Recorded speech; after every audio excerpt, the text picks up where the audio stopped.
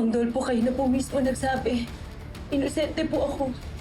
Huwag niyo hahayaang akusahan nila ako sa isang bagay na hindi ko naman po ginawa. Nagtatalo man ang kalooban. Pero sige, napayag na akong tumestigo para sa... Malapit na magbago yung lahat. Magiging normal na kasi may witness na tayo. Pwede ka na ulit mag-aral tsaka mangarap, Tristan. I'm trying to bridge the gap between us. Parang hindi naman tayo awkward as friends. Sinira mo yung tiwala ko sa'yo, hindi basta-basta babalik yun. Yun nagigil kang idiin yung taong yun. Yun pinapatagal mo pa. Why don't you just call the police and let them handle Lorena? Kung susurrender ka ngayon, don't expect na maa-acquit ka immediately. Murder pa rin ang ikakaso sa'yo. Makukulong ka pa rin habang hearing. Kahit sumuko ako.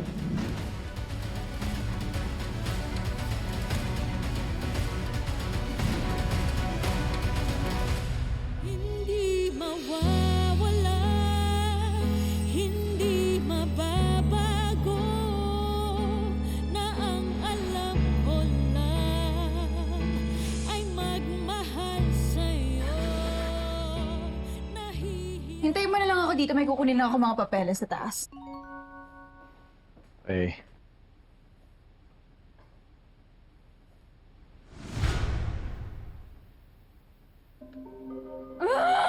What the hell? oh, ano na naman yan? Aga-aga eh. Ang init ng ulo mo. Sabi ko na nga ba eh. May ginagawang milagro yung Lorenang yan behind my back. She's meeting her lawyer first thing in the morning at sigurado ko may pinaplano siya laban sa akin. Paano mo naman nalaman? Pinapasundan mo pa rin ba siya sa private investigator mo? Matagal nang hindi. It just so happened na nakita niya yung babaeng yun. You know what? Good thing he's still loyal to me. Unlike that venomous snake na pailalim kung gumalaw. Pero sige lang. Alam mo, nakalimutan niya na yata na makamandag ako.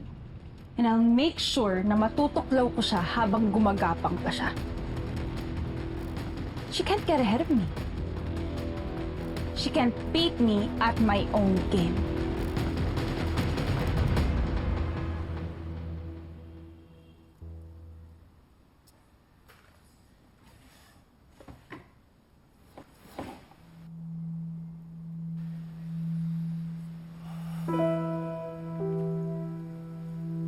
Hey, I'm getting married again. I know napapanood mo ang lahat and I hope that you're happy for me. I wasn't the perfect husband. Ang dami kong pagkukulang sa'yo. I need to go to the office. May emergency meeting and I need to be there because I'm the only one that can close the deal. Emergency meeting ba talaga? O makikipagkita ka na naman sa babae? I don't have time for this. Wait, it's our anniversary. I hope that you've forgiven me. I only wish na magawa ko ng tama sa kanya lahat ng pagkukulang ko sa'yo. Lahat na natutunan ko sa marriage natin. Because Jocelyn, I love Lorena so much.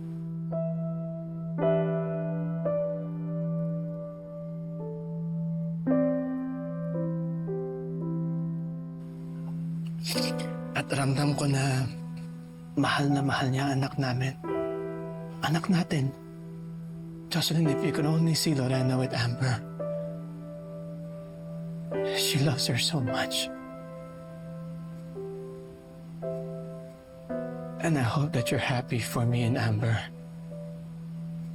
Knowing that we're happy and safe.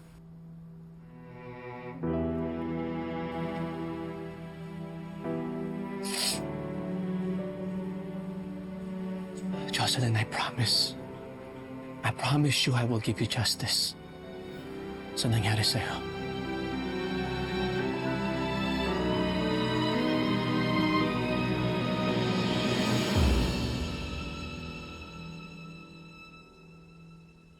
Kumusta kaya yung pakikipag-usap ng ate mo sa abogado? Wala pa nga akong update si ate Manang Pilar eh. Malamang pag-uwi na magkikwento yon. Sana positive news. Ay, oh. Pak! Kaganda naman ito. Ay, ano yan? Para kanino? Delivery po para kay Ma'am Amber. Oh. Sana all may pabulaklak to po. Mom, how to be you.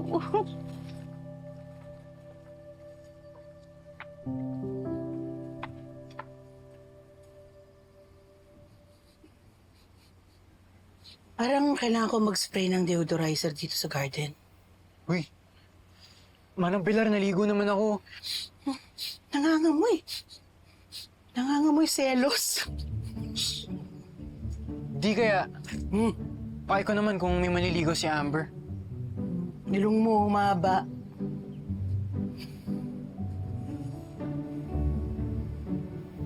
Flower shop. School po, oh.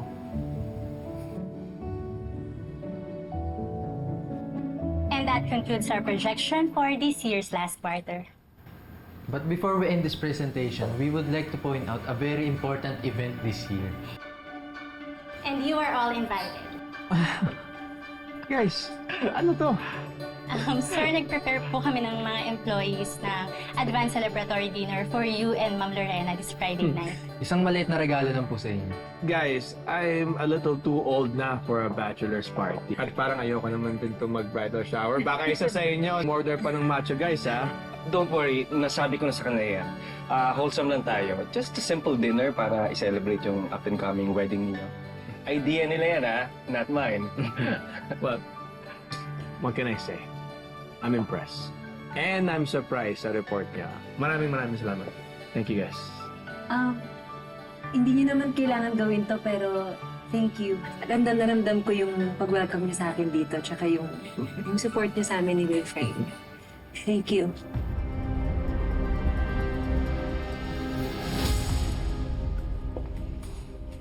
I just noticed, parang dami mo yatang time lumabas. Instead of working. Kahapon, you were out the whole day. Tapos ngayon naman, you were late. Ano to? Iniiwasan mo ba ako? Pwede ba, Ronnie? Not everything is about me. Busy rin ako with work and meetings. Liar! It's not work you're busy with. Alam kong nakipag-meeting ka sa abogado mo. Anong pinaplano mo, ha? Talagang nakatanghod ka sa bawat galaw ko, no? Gusto mo talaga malaman? Sige. Total, may kinalaman naman talaga sa'yo yung pinag-usapan namin kanina ni attorney. Tinanong ko lang sa kanya yung tungkol sa TRO mo. And it turns out, matagal na palang tapos yung TRO niya sa'yo noon. Ano? Happy?